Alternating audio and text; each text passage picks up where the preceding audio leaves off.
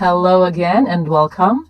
In this lesson, we are going to look at a very simple diagram, if you will, that will show us how payment flow works when we are actually using our credit card to pay for products or services, whether that's a physical transaction using our physical card or a transaction, a card not present transactions when we are using e-commerce platforms. So, for example, here you are a card holder and you used, for example, your card to pay for your groceries, and there is a POS system at that grocery store.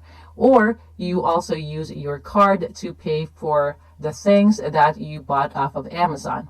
And then from that point of interaction, now your merchant or that merchant, whether that's a grocery store or whether that's Amazon, will communicate to the acquiring bank.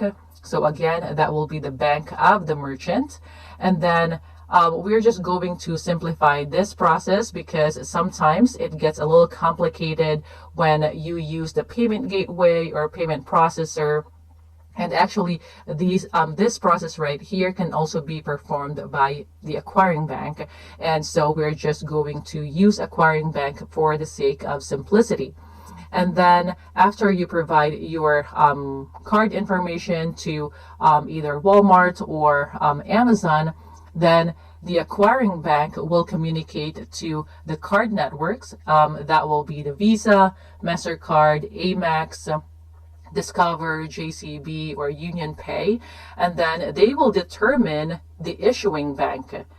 So again, the issuing bank will be the bank that issued your card. So after the bank says that, okay, this card is good to go, then that issuing bank will then communicate back to card networks, and then card networks will then communicate back to the acquiring bank or the bank of the merchants saying that yes, that card is good to go, you can approve or authorize that transaction, and then you will see on the system that your transaction has been approved, or for e-commerce, your transaction has been authorized. And so from this point, or beyond this point, you are not allowed, or your organization should not allowed to store sensitive authentication data or SAD, and unless you are an issuer or a company supporting issuing services, you are not allowed to store sensitive authentication data. And even if you are an issuer or a company supporting issuing services, you will still need legitimate business needs in order for you to actually store sensitive authentication data after transaction authorization. So I know this is not very catchy, but I hope that this helps you understand the flow of the payment when you are actually using credit cards. So that is it for now, and I will see you in the next lesson.